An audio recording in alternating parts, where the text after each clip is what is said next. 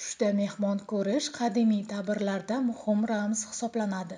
Tushda mehmon odatda yaxshi alomat bo'lib, xushxabar, ya'ni yaqin kunlarda yangilik eshitishingizga, quvonch, barakaga va hayotingizda o'zgarish bo'lishiga ishora.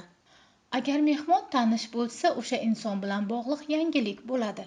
Notanish odam bo'lsa, kutilmagan xabar yoki yangi tanishuv. Ko'p mehmon kelsa, to'y, bayram yoki xursandchilik. Mehmonga dasturxon yozsangiz, saxovat va obro' oshishi. Mehmon norozi bo'lib ketsa, kichik tashvish yoki tushunmovchilikka ishora. Islom ulamolari, jumladan Ibn Sirin ta'birlarida mehmon rizq va xabar ramzi sifatida keladi. Shuningdek, tushda mehmon kelishi insonning ichki dunyosi ochiq ekanini, yangilikka tayyorligini ham anglatadi. Agar tush davomida o'zingizni xotirjam his qilgan bo'lsangiz, demak hayotingizda bo'ladigan o'zgarishlar siz uchun foydali bo'ladi. Aksincha, beqarorlik yoki xavotir his qilinsa, bu ayrim masalalarda sabr qilish va shoshilmaslik kerakligini bildiradi.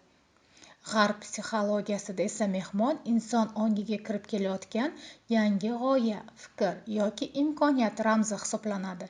Ya'ni bunday tushlar insonning shaxsiy o'sishi, tajriba orttirishi yoki yangi yo'lga kirishi bilan bog'liq bo'lishi mumkin.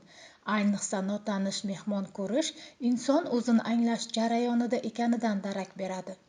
Shu bois tushda mehmon ko'rish har doim ham qo'rqitadigan emas, aksincha ko'p hollarda yaxshilikka yo'yiladi. Eng muhimi, tushdan keyin qanday hissiyot qolganiga e'tibor berish kerak, chunki qalbdagi his ta'birning eng asosiy kalitidir.